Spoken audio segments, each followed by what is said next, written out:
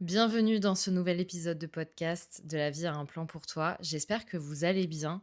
Aujourd'hui, on se retrouve dans un épisode un peu plus intime, si je peux dire ça comme ça, un peu plus doux. Voilà, aujourd'hui, j'avais envie de vous parler avec beaucoup de douceur, mais d'un sujet qui me semble être important, qui est le sentiment de peur. En fait, la peur, c'est un état dans lequel, quand on est dans la dépendance affective, dans l'hyperattachement, est omniprésent. Un état dans lequel on se trouve et se retrouve sans cesse. Et il y a pas longtemps, j'ai lu une phrase qui m'a percutée et qui a fait écho à ce moment de mon histoire, parce que je vous parle souvent de comment j'en suis sortie. Je vous dis souvent que je comprends ce que vous avez vécu parce que je suis passée par là.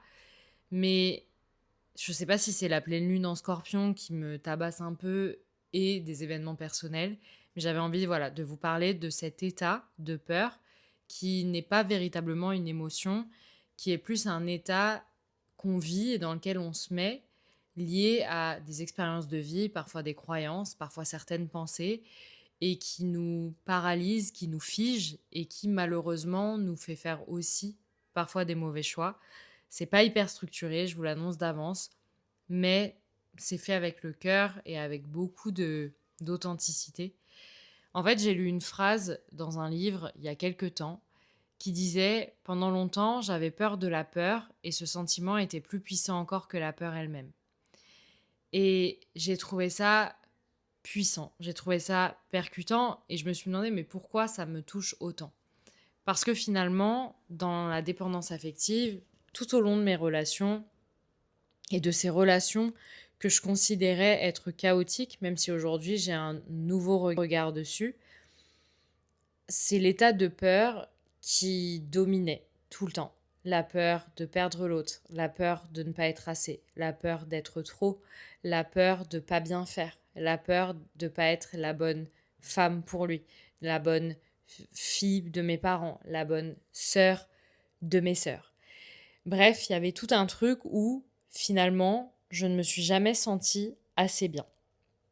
Et là, je vous parle de mes relations en général, mais dans mes relations amoureuses, c'était décuplé par ce manque d'estime de moi-même. Et en fait, je me suis rendu compte à quel point toutes nos actions étaient en fait drivées soit par l'amour de l'autre, de soi, soit par la peur. Et j'en parle beaucoup avec mes clients dernièrement en coaching. Je trouve que ce sentiment de peur, il est donc dominant dans nos relations, mais surtout, il est euh, quasi omniprésent dans toutes les actions qu'on met en place. Souvent, quand on est dans la dépendance affective, on a tendance à avoir l'impression qu'on fait tout pour les autres, qu'on est dans une manière d'être et de penser qui est hyper altruiste finalement, puisqu'on veut que l'autre se sente bien. On va lui faire à manger, on va dire oui quand il a besoin qu'on soit disponible, quand il a besoin de parler, quand il a besoin de réconfort. On va être là quand il a besoin de changer de travail et que il a besoin de refaire son CV. On va être là pour absolument tous les moments de sa vie où on peut jouer un rôle salvateur pour lui. Le fait est que ce dont je me suis rendu compte avec ces 5 années dans le coaching et plus encore dans l'étude de la dépendance affective, c'est que malheureusement, beaucoup des actions qu'on met en place dans nos relations sont dirigées en fait vers nous-mêmes. Ce qu'on fait, c'est driver par la peur souvent de perdre l'autre, donc on le fait pour soi, pour se rassurer qu'on est bien, pour se rassurer qu'on va être suffisamment belle, bonne, intelligente, drôle pour que l'autre ait envie de rester. Finalement, nos actions, elles sont faites pour nous rassurer, nous. Et je sais que pour beaucoup de mes clients, ça a été finalement un espèce de choc, un moment un peu transitoire sur la manière dont on se perçoit et dont on se perçoit au sein de nos relations. Mais il est aussi essentiel puisque c'est un nouveau pas sur le chemin de la guérison. C'est possible qu'en m'écoutant, vous ayez des résistances et que vous soyez en train de chercher des moments où vous avez fait des actions complètement désintéressées. Et peut-être qu'elles existent, et je ne suis pas en train de remettre ça en question. Par contre, je vous invite vraiment à vous demander, quand vous contactez quelqu'un, parce que vous n'avez pas eu de ses nouvelles depuis plusieurs jours et que ça vous a mis en panique, depuis le jour 1, quand vous lui envoyez un message juste pour dire: «Coucou, ça va?» En réalité, est-ce que vous avez vraiment envie de savoir comment va l'autre? Ou est-ce que vous avez besoin d'être rassuré sur le fait que l'autre ne vous oublie pas? Et c'est pas grave d'être dans cet état, mais c'est anxiogène pour vous et c'est toxique pour vous. C'est même pas là le fait d'être toxique pour l'autre ou d'être dans une relation toxique, c'est juste que la manière dont vous agissez aujourd'hui, elle est déjà pas saine pour soi-même. Et prendre conscience de ça, c'est déjà faire un pas vers le chemin de la guérison, puisque vous êtes déjà en train de conscientiser à chaque fois que vous faites une action, est-ce que vous le faites véritablement pour vous ou véritablement pour l'autre? Et prendre conscience qu'on fait aussi ces actions pour soi, c'est prendre conscience qu'on est humain et que non, vous ne donnez pas trop à l'autre, c'est juste que c'est déséquilibré par rapport à votre besoin et que dans votre cerveau, il y a un bug puisque véritablement, vous faites les choses pour vous-même. Là où je veux pas vous brusquer dans la transition et de se dire, bah, en fait, il faut plus jamais faire ça, il faut plus jamais écrire à son ex, il faut plus jamais y penser, il faut plus jamais agir pour l'autre parce que finalement, c'est pour soi. Le but, c'est pas de vous torturer de cette manière-là, c'est de mettre de la conscience sur vos actions et de comprendre que aujourd'hui, là où vous en êtes, si vous agissez de cette manière-là, c'est parce que vous en avez besoin. Et donc, retirer ces actions-là, c'est aussi vous mettre en insécurité et c'est pas le but parce que vous mettre en insécurité, c'est vous replonger dans des mécanismes d'hyperattachement et de dépendance affective et donc ce n'est pas le but final. Donc, on apprend, notamment en coaching, avec des exercices concrets, avec moi dans votre quotidien, puisque je suis là pour répondre à vos messages au quotidien dans mes coachings. On fait un travail concret sur la déconstruction des croyances et la déconstruction de votre schéma actuel, mais qui doit parfois aussi, on doit l'accepter, se faire en douceur. En ce moment, je propose des coachings qui sont sur 6 mois. Pendant 6 mois, on a le temps à la fois de vous créer une nouvelle sécurité intérieure, on a le temps d'aller explorer différents pans de votre vie, que ce soit au niveau relationnel, émotionnel et aussi rationnel d'ailleurs, pour pouvoir déconstruire sans que vous ayez l'impression de vous mettre en danger, sans que vous ayez une peur bleue d'être abandonné. En fait, le sentiment de peur, pour reprendre la phrase dont je vous parlais au début, est hyper présent. Et quand dans ce livre, je lis ce sentiment était plus puissant encore que la peur elle-même, je me dis parce qu'en fait, la peur d'être abandonné, elle est là, mais elle est plus neutre que le sentiment physique de panique que vous ressentez. En tout cas, moi, quand j'ai lu cette phrase, c'est ça que ça m'a créé à l'intérieur de moi. C'est finalement, j'avais peur d'avoir peur. J'avais peur de ne pas gérer l'après et comment j'allais me sentir. Si je quittais quelqu'un ou que je stoppais une relation, j'avais peur de la solitude. J'avais pas peur de me sentir seule, j'avais peur d'avoir peur d'être seule, finalement. J'avais peur de ne pas me sentir bien au moment où j'allais avoir ces émotions-là quand j'allais me sentir seule. Donc, finalement, on n'a jamais vraiment peur de la situation, on a peur des émotions que cette situation va nous faire vivre au moment où on va la vivre. Et du coup, on essaye de se protéger de ça. Si vous avez un syndrome d'abandon, évidemment, vous allez vouloir ne pas vivre l'abandon à nouveau. Donc, ce que vous allez faire, c'est vous protéger au maximum de l'abandon. Donc, vous allez déployer des moyens de garder les personnes auprès de vous et faire en sorte qu'elles ne vous quittent jamais. Spoiler alerte, ça ne marche pas. Mais en tout cas, c'est ce que vous avez développé, sûrement depuis des années, pour garder les personnes autour de vous. C'est ce qui fait aussi qu'on a du mal à quitter des relations, puisque l'idée d'abandon est donc aussi liée à l'idée de séparation. Donc quitter quelqu'un nous paraît impossible. On a l'impression qu'on va briser l'autre, au même titre qu'on se sentirait brisé, ou en tout cas la peur de se sentir brisé, la peur de nos émotions si jamais on quitte quelqu'un ou que quelqu'un nous quitte. Donc vous voyez, c'est hyper complexe, mais finalement, ça donne du sens à la manière dont on va se sentir dans une relation. Très souvent, dans mes coachings, j'en ai encore eu la preuve il y a quelques heures avec un groupe de femmes que j'accompagne, c'est que quand je dis qu'est-ce qui pourrait se passer si ça s'arrêtait, si tu ne faisais pas ça, bref, quand on est dans le pourquoi et dans des méthodes de coaching bien profondes, c'est la peur. On me répond toujours la peur d'être abandonné, la peur d'être seule, la peur d'être quitté, la peur de devoir recommencer, la peur de souffrir, enfin bref, toutes les peurs que vous pouvez imaginer et sûrement d'autres pour vous qui m'écoutez.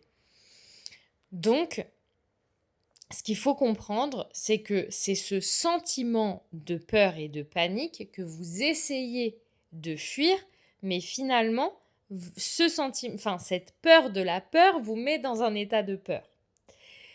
Plus vous allez lâcher, plus vous allez faire confiance à qui vous êtes et qui vous serez quand vous allez vivre ces états-là, ces expériences, ces sentiments, moins vous vivrez dans une peur constante.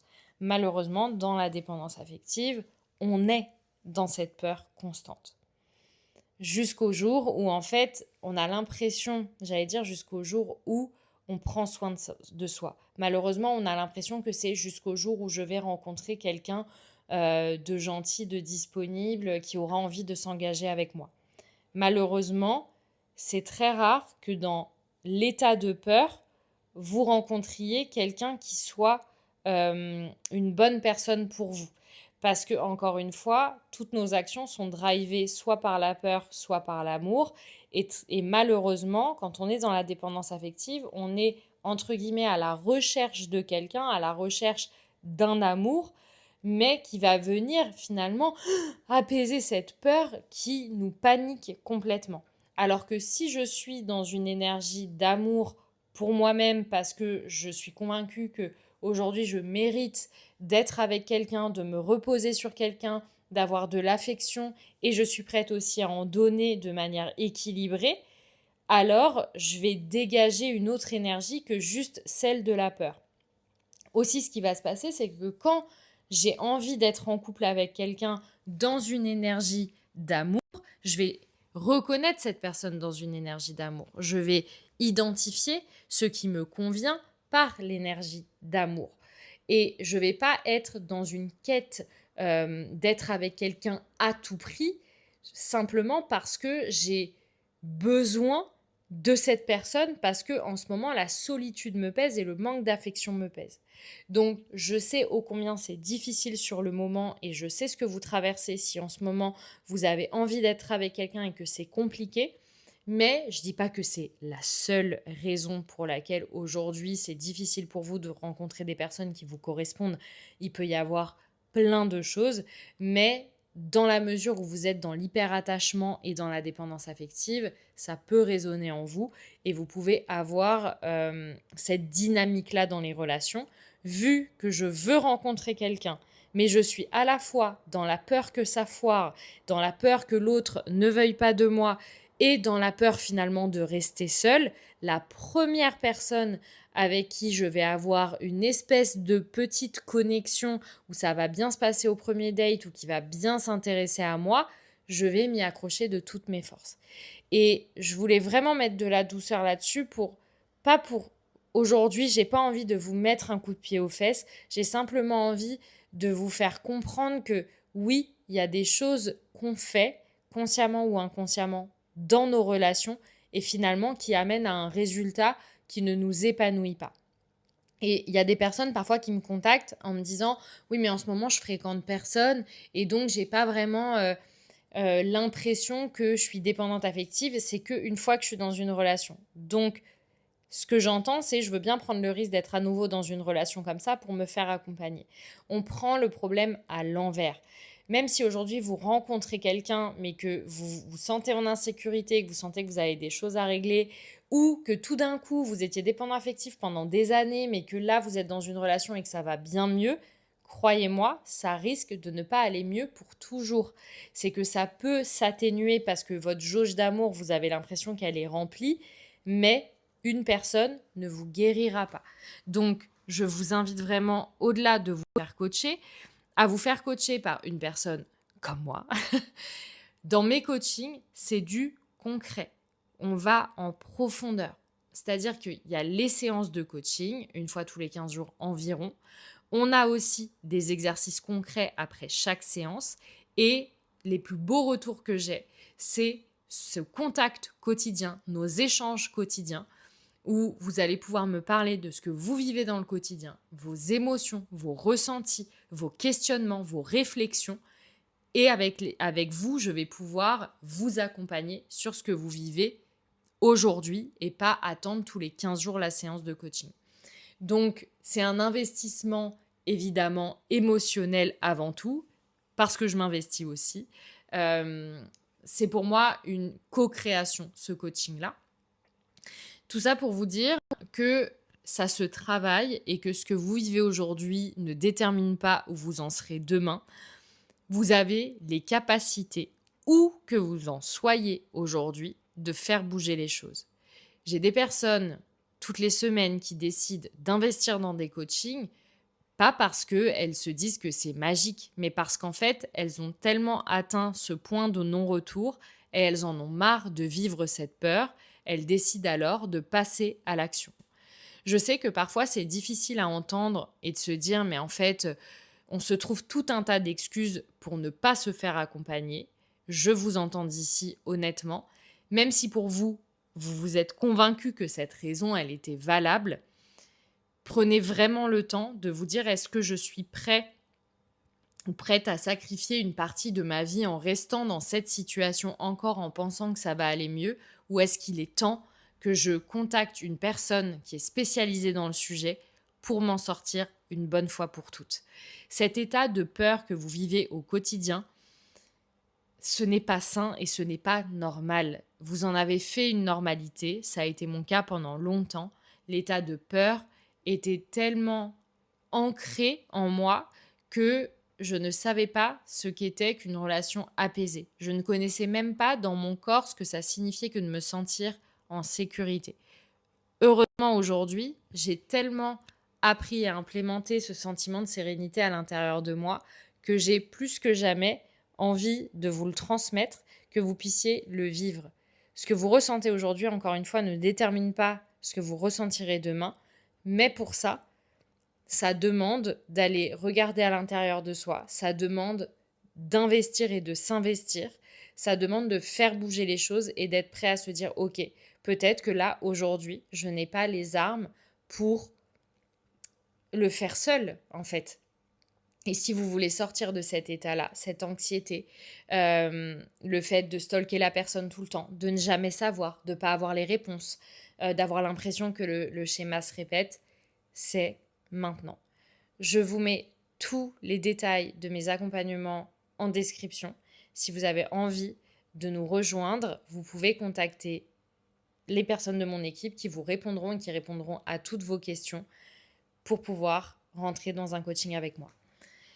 C'était un petit podcast aujourd'hui, non structuré, non monté, ça c'est comme d'habitude. Mais j'avais juste envie de vous partager ça parce que cette phrase m'a percutée. Je me suis dit que j'avais besoin de vous en parler et de voir ce qui venait avec ça. J'espère en tout cas que cet épisode vous aura plu et on se retrouve pour un nouvel épisode la semaine prochaine, comme d'habitude, avec tout mon amour, comme toujours.